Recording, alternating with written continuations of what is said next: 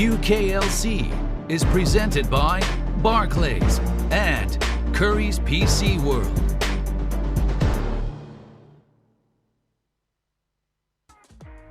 Hello and welcome back to the UKLC. We are getting ready to go into our third matchup of the day. It's Nvision versus MNM Academy. Orcs, we had a little chat at the beginning of the day about this matchup, and this one's quite exciting for us just because it's really hard to call who is the favorites going into this. Me and Scoundrel leading towards MNM. You yourself are leaning towards Nvision. I do admit that I think Nvision have an incredibly strong roster, but also MNM, I am really, really sold on them as well. I mean, for me, I think that Alex is in the running for best jungle in the league. I think jungle is a super impactful role at the moment, especially when you can play a lot of champions like the Graves, which still scale well. I think the only person really who I think holds a candle to him right now is No Name. They're actually matching up next week, so I'm really excited for that one. But in this matchup, I think Alex just has a big edge on Gadunica. I think if Nvision can facilitate Alex, we could see a one-sided affair. I think top lane, I also rate Evan above Aragon, although I think Aragon is a good match, so that should be interesting. But I think my real strength for MNM is as a unit, they've been playing well. Their drafts, they've had some intelligent ones. And also the bot lane. I think Harry, in particular, has really stepped up for the roster. He looked really good when he got his hands onto that Caitlyn. I think even on the more standard meta AD carries, he is still a solid player. So for me, it's different aspects of the team. I think draft is going to be a massive factor, but also coordination. I'm glad you kind of talked a little bit about the bot lane for Eminem, because while you were singing the praises of Harry, actually yesterday, me and Scoundrel were insanely impressed by Dreampire on the Fresh. His lanterns were just perfect to get everybody who was in any kind of trouble out. He had some really clutch hooks as well. So for me, it's actually, while Harry's very good, obviously Harry played yesterday on his Caitlyn, which is, you'd expect that to go well for him. Dreampire has been playing also incredibly well. So for me, it was also that Vango had a really good game on the full AP TF yesterday as well. His flanks with the gold cards just set up basically for Harry to just have a really, really stellar fight. So for MNM yesterday really showed me that actually there is a lot of fight in this team.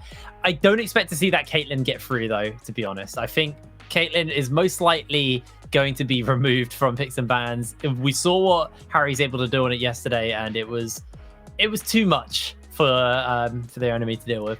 Yeah, I feel like although they did come out successfully yesterday, it was a bit scrappy. There were definitely moments where I was casting some doubt. I think Vango really came together later in the game, but in the laning phase, he was getting pressured quite a bit. I don't think that MNM is flawless by any means, but I think that's what makes this matchup so interesting. I think both teams are, at the moment, my expectations are middle of the pack, leaning towards the upper end. And I think this is going to sort of dictate where things will go from here, because I think both have the potential to be challenging the top teams that they can develop over the split, but both also could be knocked down a peg. So that's why this is my match to watch for today. I think it could go either way. It's just coming down to what we see from them, because I think every single member has shown some promise so far in the split. I think some more than others is an obvious thing to say, but it comes down to who shows up today, who's going to define this game for them, and who's going to be relied on as a carry. Like I said, I'm looking at Alex on Nvision. I think from MNM, you could definitely say the bot lane looks solid, but really, I'm looking at Gadunica and how we can hold up against Alex, because I think if you don't manage to withstand that, it doesn't matter how well your bot lane is doing. Alex has shown that he will just run over the game. Well, the jungle matchup is going to be the jungle matchup is one going to be Jangle, we need jangle. to keep our eyes on for going into this game. Now, guys, we are going to cut to a quick break, and when we're back with Champ Select and the game for Nvision versus MNM. This is the match to watch for today, so don't miss it. We'll see you in a second.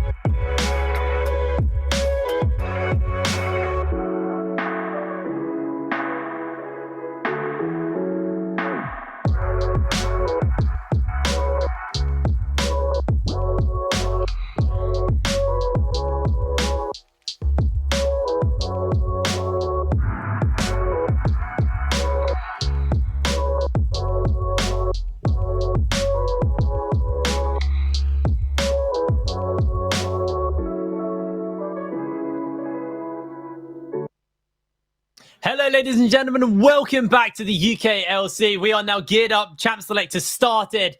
We're going to see what Nvision and MNM will be banning away. Nvision on the blue side, MNM on that red side. There goes the Caitlyn. I didn't think we were going to see it after yesterday's game. Harry will be having that taken away. But what this does mean is you almost have to lose a ban just to ban out the Caitlyn versus Harry, because Caitlyn's not particularly high priority at the moment in the AD carry role. Yeah, absolutely. And obviously, I feel like it's not too much of an issue. There's a lot of picks you don't want the enemy team to have. So being on blue side, it's not that big of a problem. But they do ban away the Yuumi as well. So really cutting down the impact of this bot lane already in these first two picks. There is still the Aphelios Lulu combo open and available. But for now, we'll see what MNM want to get rid of. Set still a possibility. Graves as well. But they're going to prioritize Olaf right now, which Alex had a monstrous game in week 1 on. So definitely looking towards his pool. I feel like in this situation, Graves still open, Lulu still open, Set still open, Aphelios as well. There's a lot of tools Nvision could have here. Well, it's on the praises of Dreampire's Fresh. We know it's high priority in the picks and bans anyway, so that kind of just double seals the deal that Nvision are going to take that away. The Varus is still open. The Aphelios is still open. The Set, like you said, is still open. The Ornn, there's a lot of power picks left open. So it's quite exciting about this picks and bans and like this meta in particular is there are a lot of very strong champions. And it's what champions prioritize, because we haven't seen much of Aphelios today or this week. And this is going to be the first one for today. It's going to get picked up for Spark there. And now the question is what do MNM want to take? Because typically we've been seeing the Lulu paired up with this Aphelios. And that is left open. So maybe MNM, they want to pick something that can kind of pair up with that Lulu and deny that from Spark and Nash. Yeah, especially with Thresh off the table. So it's not like you can just go Kalista Thresh into it. There's no Ezreal as well, so you can't go Ezreal Karma, which we saw some teams taking in the NLC in week 1. Set is going to be picked up in this situation, so strong flex pick was left open and available. Question is, what will they take here? Because if you leave the Lulu open, I can guarantee Nvision will take it, almost definitely. The Graves is still a possibility, and Lulu Graves is a devastating combo, so I feel like you can deny one of those, but not both in this situation. Looks like Danica, we know he likes this Graves. This has been one of the champions that he has had good performances on. We talked a little bit about the rocky road he's had. His Graves has been one thing that has sold me pretty effectively on him, so he's going to take that away. This does mean that Lulu has been left open, and now where do you think the other pick is going to be? Because we expect to see a Lulu here. What do Nvision want to prioritize now? So, I mean, you could go what some teams have been doing. Even MNM did this earlier where they went like a Kindred as well to tie in with the Aphelios. I think it's a fine matchup in a Graves, and it just means you just guarantee outscaling for Nvision essentially at that point. For now, though, they're going to take a Karma, works as a flex, can go in 3 lanes. So not revealing everything now, but it doesn't sync quite as well with the Aphelios as the Lulu does. See what they take on this third pick, though. I feel like if you don't take a jungle, it's going to get thinned out, and they're just going to go for the Trundle. So playing it safe in this situation. They have a strong front line. They have the shielding from the Karma, and the Aphelios is that backline insurance, but they are going up against a Graves Set. So MNM in this situation, I feel like AD carry might be sort of high priority because they are going to get banned out if you sort of leave them to the next rotation. Yeah, what does Harry want to get his hands onto? Like we said, that Varus has been left open. Curious to see if Harry wants to go for the poke Varus or if he wants to go for the on-hit Varus. We'll see. Maybe it'd be dependent on what the rest of the team start to lock in here. If they want to go for a heavy poke comp, they could look up for maybe the Zoe for Vango or something like that. But we're into the ban phase 2. Mid laners have been left, and most likely top laners. Well, actually, I don't know because it's the Set as well. So pretty flexible. For the moment, though, they're just going to ban away the Orianna. Pretty comfortable blind pick. BB Muffin's been enjoying that pick and playing it quite a lot. We do know he also plays a bit of the Victor, so that is something to keep in mind. Did get a few light buffs going into this patch as well. We'll have to see. I mean, support's still a possibility for MNM. As much as the Set can be flexed there, I get the feeling that this is going to be a Set top lane for Aragon. But instead, as you said, they're going to thin out the poke by getting rid of that Zoe. Orianna banned away, Azir, Corki, Evictus still available. You could still be concerned about the Lulu. If the Karma ends up flexing, the Lulu Aphelios could still be on the mind. So I wouldn't be too shocked to see that as a ban. Although MNM could take it themselves if they want to lean towards John hit, but they go for the ban away. So they're aware this could be a flex Karma. They do get rid of the Lulu just to rule that one out. Yeah, I don't want to deal with that. It could be just a little bit too risky for them now. Nvision looking for a final ban.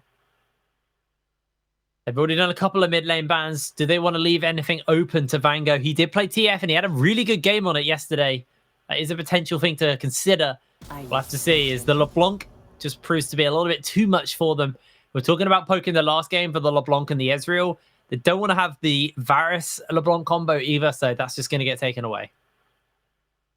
Keep things safe. Now, in this situation, you either pick your mid laner, essentially blind, or you end up revealing the flex of the set. I think they're probably going to take a support here, but actually just going to go for the mid. They're going to go for that Twisted Fate in a blind situation, essentially estimating that BB Muffin doesn't have anything to specifically answer this. So we'll see what he does throw up, and he is toying with the idea of the Cassiopeia, which I think does a decent job, because if you're in range to essentially stun card as the TF, you're too close to the Cassiopeia. And obviously Cleanse is a typical thing to take. So a lot of scaling already on the side of Nvision, like a huge amount established. Now just the question is, what are they going to put top lane?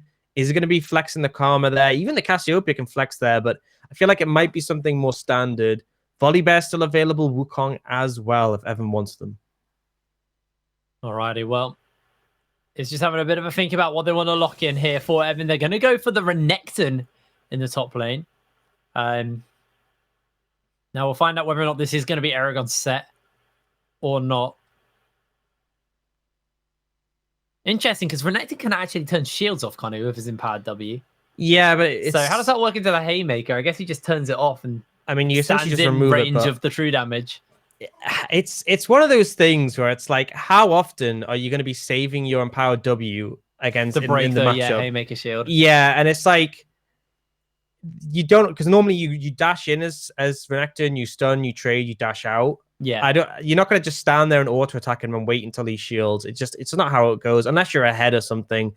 But I think the matchup is just he's wanting to put the pressure down, but they actually put the Malphite up top and they put the set down bot. So it's actually pretty nice for the Malphite, because he can essentially just go Ninja Tabby into double AD jungle top lane. Very efficient buy. Stacking armor will go a long way against these two, but it does mean Alex is going to get some huge value with the ultimate later on. So for me, Nvision, the Renekton gives them an early element to play around.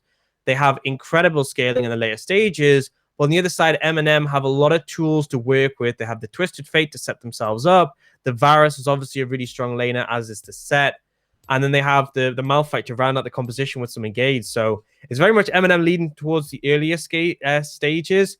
And I'm looking to see if Alex can have the same impact on this Trundle when, you're going to have the Roman potential, the TF. You're going to have the Graves, who's obviously a formidable champion right now. But the ease of execution, I feel, does go in favor of the side of Nvision, just because if the game goes late, they're pretty good.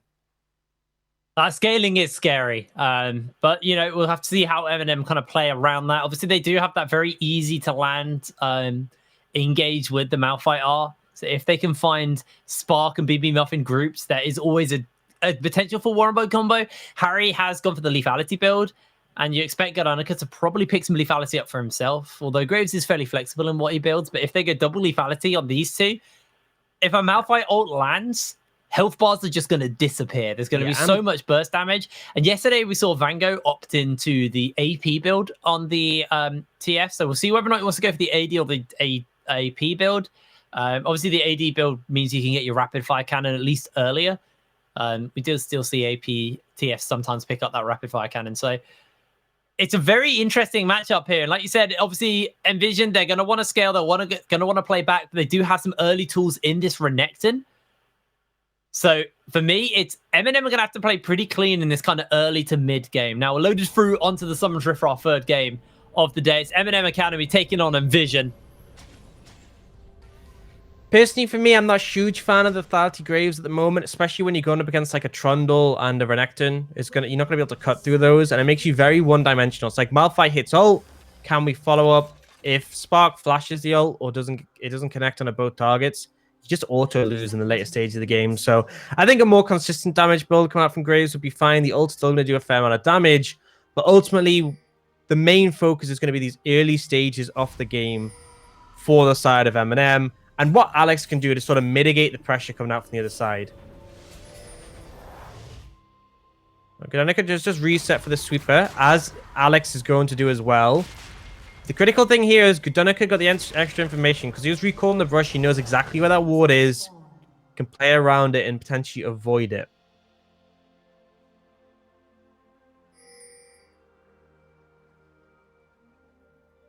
All right, well, just tracking where the junglers are starting up. They're both starting on their top side. Alex going for his blue buff. Gadanuka going for his red.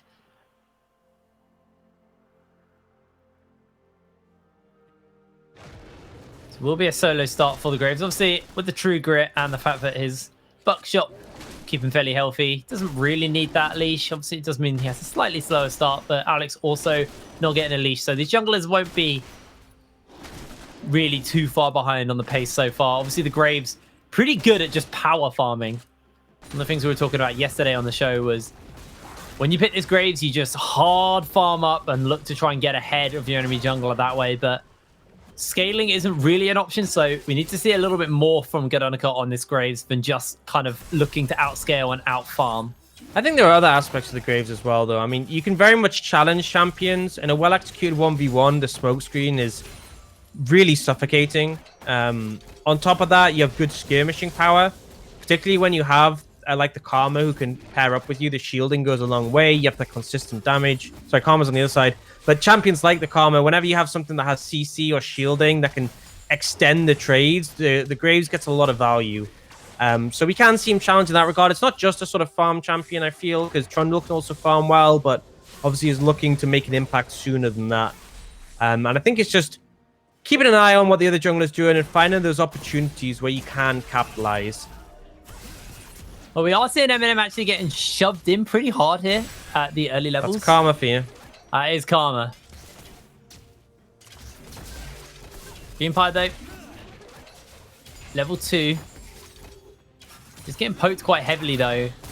It's something they have to be a little careful of. Level 3 is really the ideal point for this lane coming up from MNM. Level 2, Nash and Spark are really good because, I mean, Karma's good from level 1, but Spark gets his ability. Oh, Flash comes out from Vango then. Nearly got caught by the Miasma, so just got it in time. But this allows pressure over to Nvision. They have priority bot lane. They should be able to take this. But a nice smite from Gadanuka gets them out. That was actually, I was thinking that was quite a greedy Herald to take, Crab to take, knowing that the pressure was their mid, the pressure was their bot, but Gadanuka able to get it. Nonetheless, he won't be able to move over to the bot side, so it's just a trade across the map as Aragon taking some poke from Evan. Yeah, I mean, honestly, he's down in farm, but you're playing Malphite, you expect this to happen. Yeah. As long as you're not dying, it's not too big of a deal. And again, he can itemize very well in terms of armor. Ooh, missed stun They then. are hard investing here. Nash gonna get caught out. Has to flash away as Vango's coming in with the red card.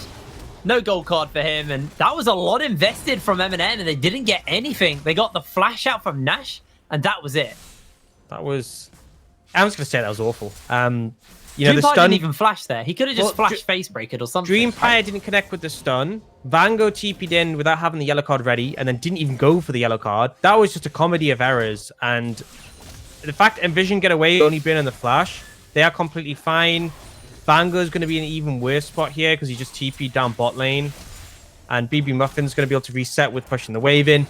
He's going up against Swiftness Boots, and he's going to get a big buy here. So BB Muffin likely going to be able to get a lot of mana behind his abilities, which is one of Cassiopeia's big gating issues. So he gets the tier as the early pickup, reset the Corrupting Potion stacks, which Vango's already burnt through a lot. And it just means BB Muffin's essentially going to be able to free shove in this lane consistently when Vango is looking for these roams. And the first one just failed spectacularly already. Now, I mean, the Swifty Bits do show you. They do show you what they're looking for here. Dreampire sitting in that bush. There's a pretty big wave, though, so it could do a lot of damage to them as he is going to run out. Do get caught. Harry able to dodge away, but now he's got that tether on him. Gadanuka's making his way forward. Dreampire coming in. Does have the flash. Finds himself the Facebreaker this time. Goes for the Haymaker. Finds himself the kill. Vango's on his way down. Lands the gold card onto Spike, but an instant cleanse comes out. And now Vango's running to the wins. They still have the heal coming through. Vango's going to go down, though, as they don't hold the heal. Dreampire's next. There's a double kill for Spark. Harry used the heal way too late, and his team pay the price. You're saying about the minions... And it ends up being a huge overcommit. The minions taking away damage, but critically just Spark. Oh, they're just corralled in. They are in the roughest position. The Twin Fangs will sink and Harry will fall. The teleport from Aragon is interrupted by Evan as well. A comedy of errors is a perfect way to sum this up. But I just got to praise the bot lane of Nvision. Nash put a lot of time. Spark put even more. And then Alex comes in. MNM already overcommitted everything. And they just end up getting decimated in that one. Dragon's going to get picked up here. And Nvision are pulling out ahead already in a game where they have no right to do so. Look at the difference between 80 carries already. And we can take a look at the gold and you'll see the difference there. Almost 1,000 up at 6 minutes. And this is an Aphelios with a Karma against a Lethality Varus. That's rough. That is incredibly rough. And now Vango, flashless. He has got the Ghost. That's the Unsealed Spellbook. But we were talking about, you know, the scaling available to Nvision and how MNM, they needed to play this right. This so far isn't right for them. What do they need to do? Because it feels like the chips are there. They're making kind of the right plays. They're looking for these plays bot lane, looking to kind of use the roaming potential from the TF, but they're just not finding it. What do they need to change up? I mean, the setup just needs to be better. Make use of the Twisted Fate ult and not just like have the Twisted Fate run down, because at least you get the information there. And then better target selection in these situations. Like they could have just taken the Karma, gotten out. Instead, they overcommit for the Aphelios. They know the Aphelios has Cleanse, or at least they should do. They know the Aphelios has Flash. There's no way you kill the Aphelios, just flat out. If Spark wanted to survive, he survives, because he didn't even flash defensively. He flashed to re-engage. So it was a situation where they overcommitted. And that's the thing, is that when you're playing a team who needs to be more aggressive, by all means, you should be. But anytime you overstep and the enemy team answers back, it just goes so badly because you're the one who brought numbers, you commit to the play, and you end up trading down. So next time they go for that, take what you can get and then back away. They're looking for something mid lane here. Aragon does have the ultimate, and this could just be the end of BB Muffin. Jumped onto and mopped up. And that's a good play. They take the kill, they back off. They don't even go for the plates, but Harry could be in trouble. Yeah, has no heal, has no flash, has nothing to do, as he will just fall down. He didn't have his support with him. He was not in the position to step up in the lane like that. And he just gets run down and taken out. And this is therein lies the problem. Good play mid, ends up paying off. Lose someone bot, you're essentially trading evenly. And the worst thing is that this is gold getting put onto the Aphelios, who is the worst person to get it, as opposed to a kill in the Malphite, which is pretty non-impactful. So it's just looking rough. Now, Aragon is feeling pretty strong in this top side, and Evan obviously needs the Blade Rune King before he can really offer too much in that matchup. You do have that ultimate available for Vango to make use of, but right now it still feels pretty tentative, MNM's spot in this game. And if this Varus falls behind, he will never find his way back to being relevant. No, poke comps from behind feel really, really horrible to play. I mean, it's not even just the poke, because it's not really a poke composition in and of itself. It's just Lethality Varus. The whole point of Lethality Varus is that your items are cheaper. They get huge value against squishy targets and in the early mid-game points of the game. But if you're in a situation where your first item is being matched by an expensive Infinity Edge from Spark, that's not good. That's not a good situation. And if there's enough money in the side of Nvision for, like, let's say BB Muffin to get a Seeker's Arm Guard as well as his standard items, then you're just going to do so much less damage. If Spark gets an early Death Dance, then your champion just becomes pretty useless. So that's where the issue comes. And now Nvision have moved their bot side up to the top side of the map. Herald already been taken, but they're just prioritizing the plates. There's a play going on in mid lane, though. Set looking to try and find someone onto BB Muffin. They use the Showstopper to buy some space, and BB Muffin, once again, is just getting punished. Gadonika's the one to pick up the kill. Aragon makes his way down. He does have the charge available. MNM now just looking to contest and commit to taking some plates here in the mid lane. They should do a fair amount of damage. Spark is trying to contest in the top side, though. It's good moves, though. They find an avenue to punish, and they exploit it. Typically, you see moving away from the Twisted Fates lane, so you can use his ult. But BB Muffin had no flash, and they've just repeated the pressure on that. And 4 plates down in the mid lane is significant. That's a big influx of gold. It has actually put MNM ahead. But they will lose first tower in the top lane. Not now, then shortly afterwards. There's no one in position to actually defend this, so you will still see Nvision pulling that ahead. Now, the counterpoint is MNM could rush towards Dragon as they're pinging out and take that one. Yeah, Vango still got teleport and Destiny available to him. So the base is going to go down. So they're actually not looking to get that local gold on the turret. It will just fall off. That's really weird to me. Yeah, I think you just go for the trade the dragon. Why, like, it's the second dragon. Who cares? Like literally, who cares? Dreampire and Gnotic are looking for Evan here, but they will be forced to back away by Alex. I think, maybe not. They're looking to find them. Gets himself the face breaker off. The Destiny's coming in. This is the TF looking for his opening. He's quite a way away, but that's a massive haymaker. The ulti connects by Aragon into the chains. Nash is going to come in with a shield, though. The flash. So clutch. And Vango gets run down by BB Muffin. I'm assuming he miasmed him as he Destinied, and that's why Vango wasn't able to get in. I think he flash miasmed him. I'm pretty sure that's what happened. Because I saw the animation appear and he didn't show up.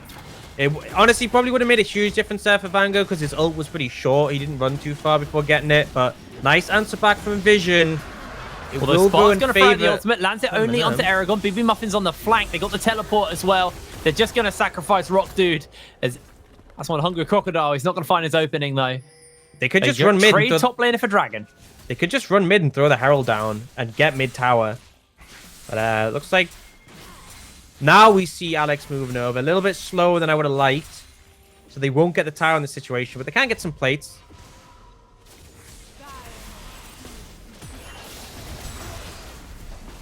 Good goal caught by Vango, just to do some poke. And actually, they don't summon out the Herald yet. Now it's going to get used. This is really weird Herald usage. I mean, they summoned it so late. They moved so late, so they didn't get the wave. The Herald's half dead already. Wait. Oh, my lord. MNM, that was so clutch. I didn't want to say they were going to get it because I didn't think they were. And they just about managed to get that by the skin of their teeth. I mean, I got to give credit to MNM, but also just what is Nvision doing? Like, second dragon, when it's like its first dragon for MNM, right? One ocean dragon is so incredibly useless. It just doesn't matter. Give it up, take the top lane tower, get a ton of gold onto your Aphelios, who is the most important champion in the game, sacrifice that dragon, and then trade the tempo that the other team invests into the dragon for a push on mid lane with the Herald. That course of play would have put Nvision a couple of thousand gold ahead, and the only consolation prize was MNM got a single ocean dragon. But instead, they refuse to give up the dragon. They try and contest it, and it ends up just backfiring quite a bit. They're still in a comfortable spot, but by all means, Nvision could have had this game over by now if they played it correctly. So I am going to be critical in this situation. I've just noticed something about Aragon. He has double barmies. Now, correct me if I'm wrong, but Barmies is definitely it does unique. Not stack. Yeah, it's unique. I was like, is this just like a misplay or something I've just totally missed? Like a patch notes funny. where they changed Barmies Cinder? This is funny because I was watching the UKLC yesterday, and there's a game from Aragon where I was criticizing his build a bit, and he put a tweet out about it, how he felt like his build was right, and I was like, I was going to message him, but I never got around to him and just talk it over because, you know, I'm not saying that his build was necessarily wrong. I just felt it was, but he had a different opinion. I just find it really funny that now today, this build is definitely wrong. You can't debate me on this, Aragon. Probably just a mistake, but it's just funny to see when he was getting some criticism in chat about his build yesterday, and I think he'll definitely get some criticism in chat about this build. Most likely, I would say. It's a little interesting of a build here. Now, Evan actually might just be getting caught out. The Destiny's in. He's going to pop the Dominus, but gets knocked up, bopped down, and Aragon secures the kill. Used maybe a little bit too many ultimates, but Harry now overextending. In the meanwhile, he has the flash, he has the heal, holds it for a fair amount of time. The chains do spread. This is just criminal what Harry keeps doing. Keeps overstaying every time his team go for a play somewhere else, and he pays the price for it. Absolutely, and now they are going to trade for this mid tower, but they are losing a tier 2 bot. They lost top as well. True, so definitely favored towards Nvision right now. If they can get another tower here, even better. And again, they're a scaling team, so if they're trading, this is fine. But it's still just a little bit messy with Evan being caught out. I genuinely think Harry just lost them. Maybe, well, okay, he's not going to lose this tower, but Harry definitely just lost MNM 2 towers by getting caught out. He could have played safe underneath his tower. He would have been fine. I mean, right now, as the Varus in the situation, your job is just when a wave gets pushed to you, you piercing arrow it and you hopefully kill it. That is your job. That's all you need to do. And he doesn't, and they end up losing a lot in that scenario. So, I mean, Zo's going to transition to this Herald. Looks like MNM might actually contest this one. Evan has no TP, and he's not there, but they're just going to get the Herald and get out. Now, MNM going to look to push mid, and they can then rotate over towards the Dragon area. Dragon spawning in 40 seconds, so they can set up for that one. In fact, it looks like Nvision just reset, so they're just going to sacrifice the mid tower. This is essentially... They do have that Herald, so they can place it down. Hopefully better than last time. True. It feels like here Nvision sacrificed the mid tower so they can reset to contest the Dragon, but now Spark's resetting, so kind of weird to me. Essentially, I don't think they can contest this Dragon anymore because the bot lane's going to be so late. This should just be M&Ms to take in this scenario, but they are actually unaware of the reset, so they're going to push mid once more, rotate back, and Nvision have essentially got away with murder here with these resets. Oh, the Dragon's starting up here. Destiny's available onto Vango. Not yet, actually, so he needs to move over. He's got those Mobies, so he's pretty quick. Harry got the Chains of Corruption. And M&M starting up this Dragon. It's half health already. The gold card's available onto Vango. He's going to find it as Evan jumps into the pit. 1,500 health on to the Baron, and I don't think they're going to be able to get it in time. That's going to be Harry getting a kill onto Evan, as actually the Petrifying Gaze goes wide from Bibi Muffin. The Dragon gets reset. Gadonica gets himself a killing spree on the Graves, and it's back to business for M&M. Close there, actually, from Spark to steal on the wave. Ultimately, just a rough fight from them. They commit into the Dragon Pit, and that is their ultimate mistake. Once you are in the Dragon Pit, very difficult to get out again. It is a Mountain Soul map, and there's that extra bit of terrain just at the lip of the Dragon Pit that keeps you corralled in. Aragon could get a very big ult. All the damage in this AoE CC from M&M could also get maximum value. And I think Nvision just took that fight the wrong way. And I think part of the issue was their reset timing was so staggered, they just ended up not being ready in time for the Dragon. Again, this is a scenario where I think Nvision, she just said, give the Drake up. Yep, maybe it should have. Now, let's have a little look at the gold graph, just so we can see what's been going on in this game. It's been very back and forth. The first two games were maybe a little bit more clear-cut. Last game, Game 2 at least had some kind of signs of life in it, but this has definitely been a bit more back and forth. Spark's now getting Destinied on. He does have that cleanse, so he's going to have to pop it from the gold card. Tether gets broken here. Harry needs to find the chains. He's not going to get it as Bibi Muffin gets a massive ultimate off onto Dreampire. Vango gets the gold card, and now the poison's on, the slows on the pillars there. Gadonica comes into onto the flank, though, to make sure his mid laner lives, and they just about slide out of that one. And just showing the function of the Cassiopeia, that secondary carry behind the Aphelios not only can pump out that damage, but also, if you commit to the Aphelios, there's so much disengage there. The Petrifying Gaze stops you in the tracks, the Miasma as well. And Spark does burn the cleanse, but Bibi Muffin manages to get him out, and actually M&M, very tenuous in that situation. Vango with the Medjay is nearly going down. I think Bibi Muffin trying to find him once again here.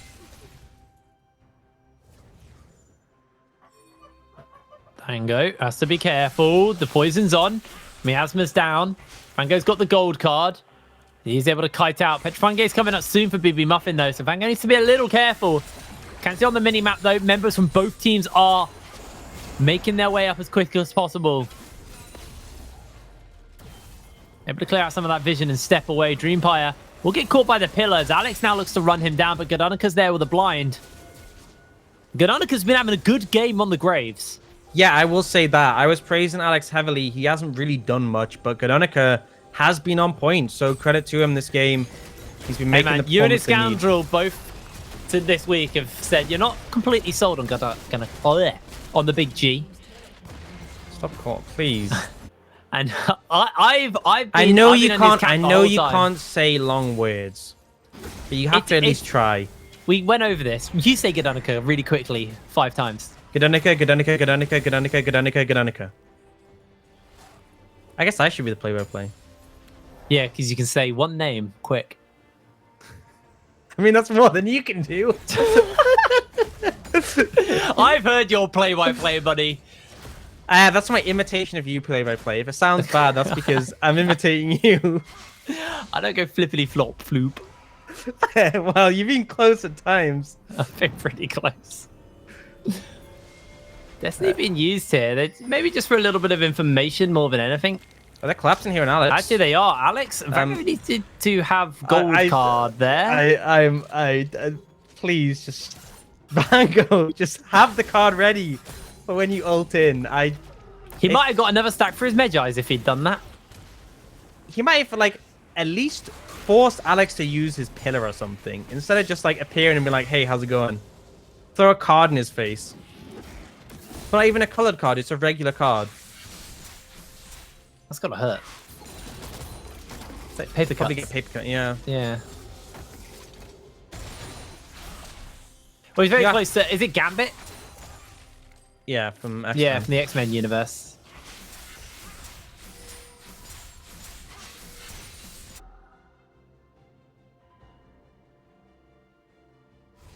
Dragon spawning in 50. At this point, MNM have 2 in their belt, despite the fact that Nvision have tried to contest every single one. And how does Soul affect this game, actually, Orcs? Because obviously we're talking about the scaling available to Nvision. Is that somewhat negated by the Soul, or is it just a tool that maybe buys time for MNM if they can get it? I think if Nvision get the Soul, game just feels so bad, because when you have that with like these strong carries, it is pretty huge. If MNM get it, it helps, but it doesn't really change the game that drastically, because it just slows down the scaling of Nvision, because you need a little bit more damage to cut through that shielding. But Spark and BB Muffin are not going to struggle. There's not going to come a point where they go, oh, we don't have enough damage. Whereas if Nvision get the mountain shields, Harry becomes like useless. And even Vango just won't have enough damage to cut through someone. So more than anything, MNM needs to deny this, but it does give them a little bit more time. And you can see Alex was a little kind of split on what they were going to do there. The Baron now getting started up, but they think better of it as everybody roams over. The Dragon is secured from the side of MNM. And Nvision, that was a little scattered. It seemed like the play wasn't quite coordinated. They didn't know exactly what the game plan was there. I think they were trying to go for the Baron, but once it was warded, it was very obvious that MNM weren't going to let it happen. Like, because they threw the control ward down, they saw that there was a ward. You can see the double blue trinket. Like, MNM just, there was no chance you getting that one. But in honesty, Nvision couldn't do anything else. They'd already moved away from the Dragon area. They weren't in position to contest it. And the end result is they lose the Dragon pretty much for free. It does now put MNM on soul point, which is a little bit dangerous. But again, Nvision, you are happy just to scale this up. You now have 2 items from Spark. If you get that Death Stance, you are pretty much golden. Assuming things don't go horrifically long. You can just play the long game. The more you scale, the better it is. The wave crashes in the top side. The gold lead now in favor of MNM. Double lethality items picked up onto Harry. This is wherein lies the problem. If you're on double lethality items and Spark has Infinity Edge and Runans, you are losing.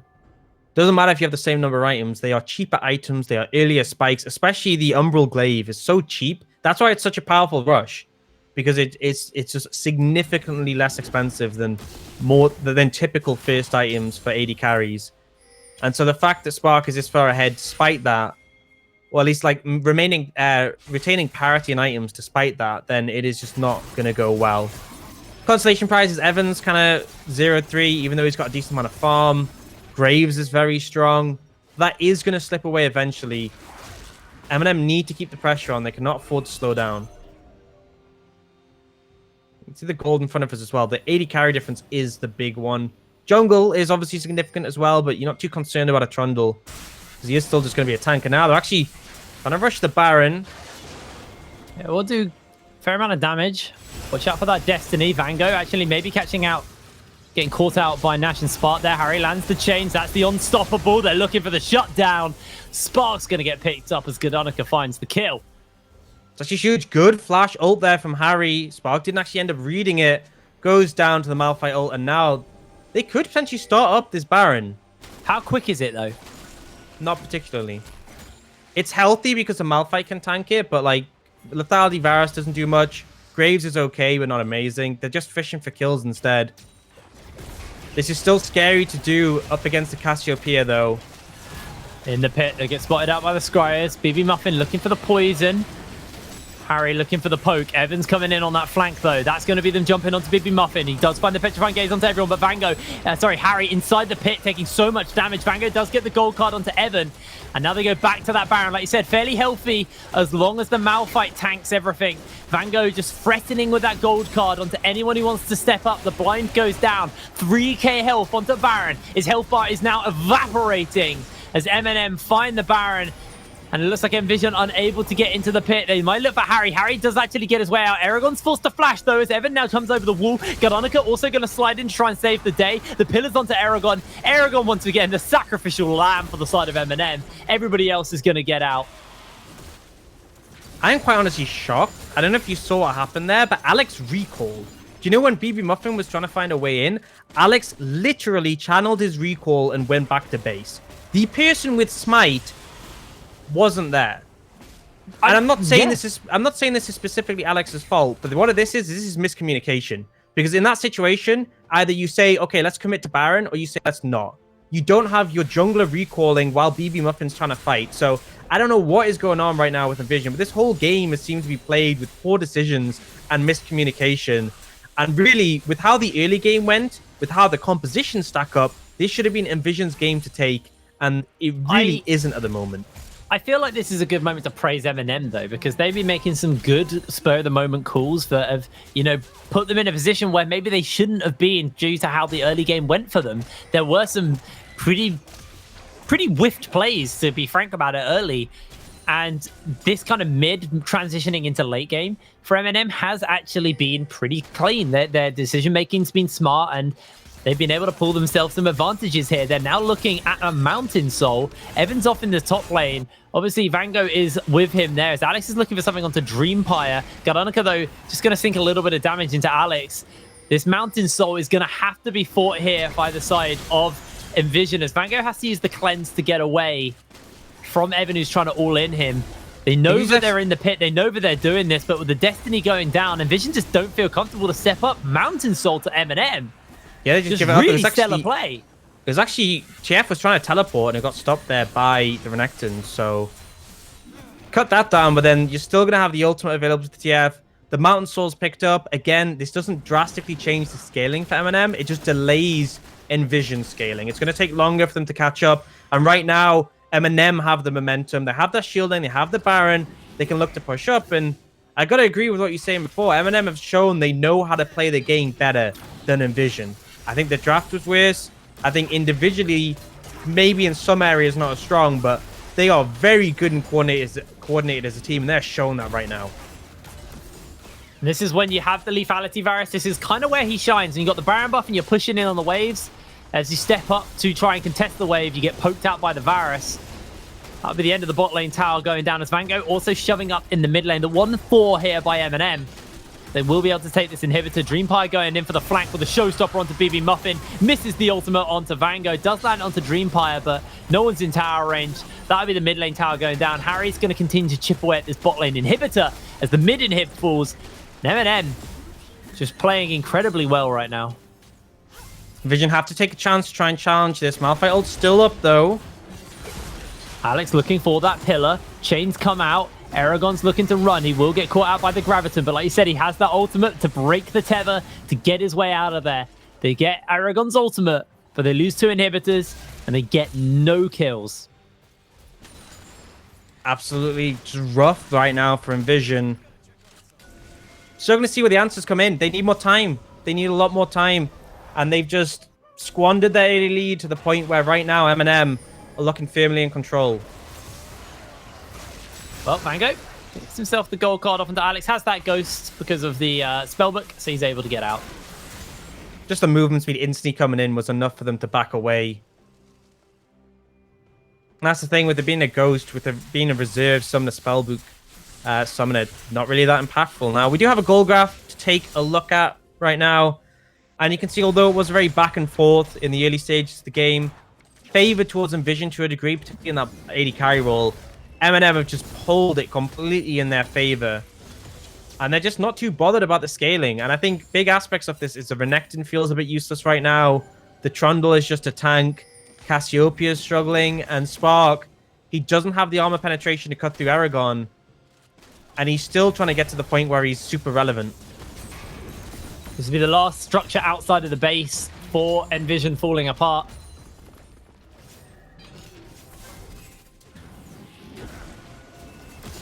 Get a quick freeze frame.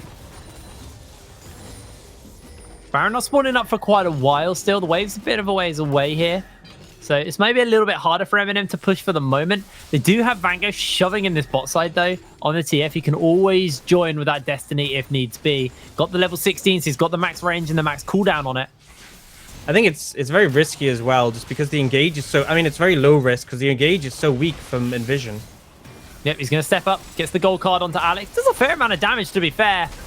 The Miasma's there to zone, though. MNM don't want to overstep, don't want to overstay and get caught. They've half-health this turret in the top side. Waves are going to start to crash as well in that mid and bot lane. So Nvision feeling a little split, feeling a little pulled. They're trying to group up and defend their last inhibitor turret. If they can find that opening, if they can find that mistake, maybe that clutch petrifying gaze by BB Muffin, it could be what they need. That's the ultimate by Spark. Lands onto Harry. Do you get the root out? The chains connect and he instantly has to cleanse.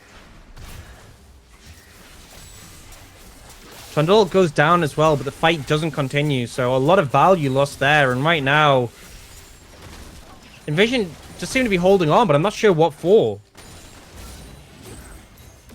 Dreampire stepping up. Gold card connects onto the Renekton just to zone them. Tower goes down and the inhibitor will be quick to follow. MNM stepping away now. Look at the Baron. It's on the map. They got supers pouring in every wave. This is the perfect scenario for them to head over to that objective. Recall, spend, and look to close the game. MNM have had a really good turnaround in this game. And it's been through smart decision making. I mean, not just that, but also the Elder spawning in a minute and a half really puts the pressure onto Nvision. It doesn't even look like they're trying to contest this one.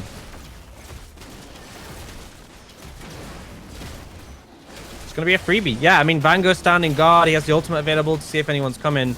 Nvision is just trying to consolidate the waves in their base. Sure, you can do that for Baron, but Elder spawning in a minute, and you just cannot do that with an Elder buff. Otherwise, they will just run mid with both of those buffs, and they will just end the game. Well, the resets are coming in. The last buys are coming down. Twin Shadows picked up for Vango now. Flat out on that base. Must be able to hunt people down with those gold cards.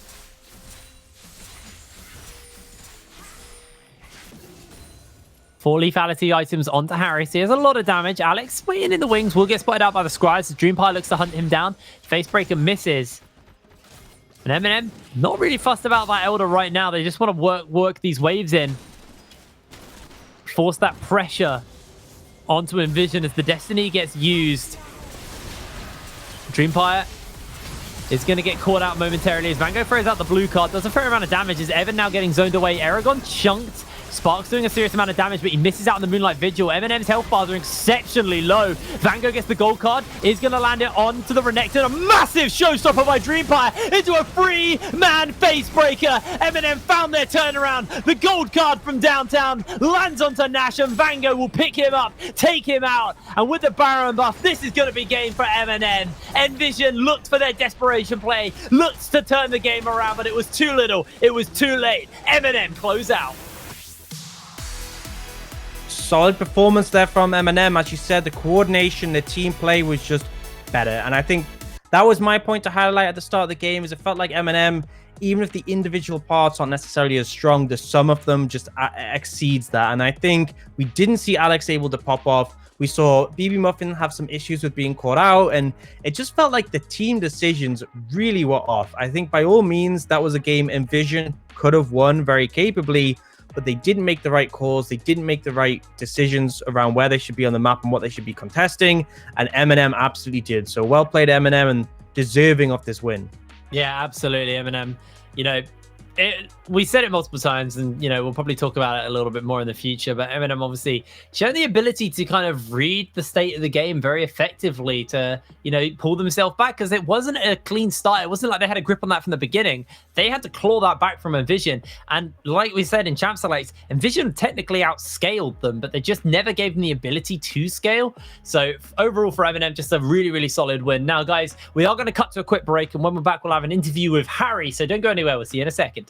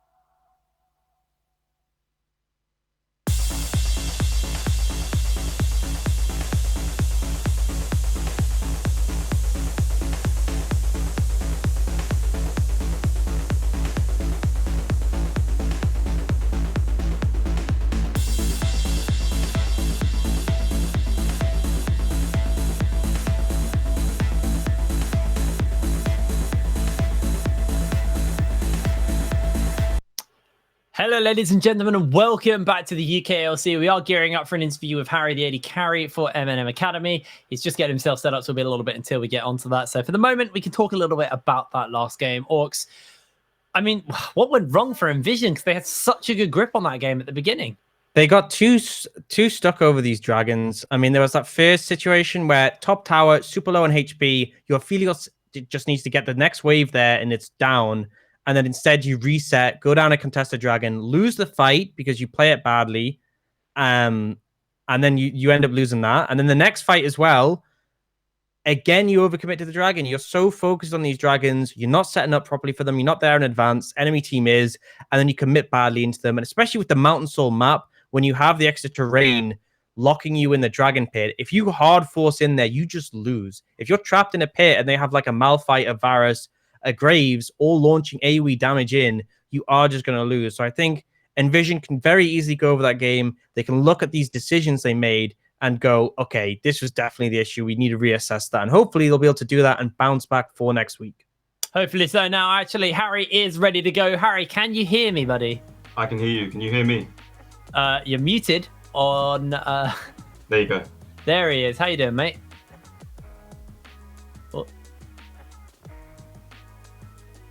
Well, actually, it was a good game because it was a solid comeback. Obviously, you guys had a pretty rough start, especially with the Aphelios getting a double kill off the back of that play you made bot lane. What was kind of the decision making? Who was calling out the comms for you to commit for like the things like the dragons, and who was making the calls in that game that kind of pulled you back? Gad is the one that makes the calls, and bot 2v2's Dream usually reins me in, stops me doing anything stupid. So yeah, Dream's usually the one that executes, but Gad's the playmaker. So in that game, you're playing Poke Varus. Enemy Aphelios ends up being 2-0. They have a calm and a shield up as well. What was the sort of comms and the feelings like in that moment? Was it a bit like, oh, we have to do something? Or was it like, okay, we'll find an opportunity? It's sort of worst case scenario against Aphelios Karma, especially as Varus, because if they start outscaling you as Varus, you're not going to do any damage late game. So mainly just playing to item power spikes. As soon as we feel like we're in a strong enough position, you can just use the Varus ult to get a pick before objectives. And even though in gold we are worse off, technically we're going to win the fights. Awesome. So next week, you guys are taking on Demise, one of our top teams coming into the league. What is the thought process going into Demise? How comfortable are you feeling about that matchup? Are you maybe a little nervous, or do you think you've got this in the bag? Rifty is pretty terrifying. I think the rest of the team is fairly beatable, but Rifty is just a bit mental. But after next week, we'll be the top team in the league, so it's not too bad. Just have Aragon build two Bammy Cinder again, and then you'll be. He be saw cool. it like 2 minutes after he bought it, and he's like, "I'm so sorry, guys. I'm so sorry." Oh wow. Is there anyone who, obviously a lot of new teammates here, is there anyone who after playing with them you've been really surprised at or sort of impressed with how being on a team with them has felt? I think they're all very good players. I feel like they're all not at their skill ceiling yet. I feel like they could all be a lot higher than where they are. So with good enough coaching over the next couple of weeks, they'll be a lot better than they are currently. Vango, as soon as he hit 400 LP, he's just been that unleashed. Like he used to play very passively, very calculated. Now it's just TF ulting out of base, just killing people left and right. It's brilliant. Yeah, it looks like a pick, but maybe we do see kind of start to get banned away from Vango because his TF for the last 2 days has been really, really good. Obviously, your Caitlyn yesterday was pretty stellar. You can see why you probably won't be seeing that again anytime soon here in the UKLC. But Harry, congratulations on your win here today. We are going to end the interview there as we're going to cut to a quick break because after this break, we have our fourth and final game of the day. It'll be London taking on Bulldog. Don't go anywhere. We'll see you in a second.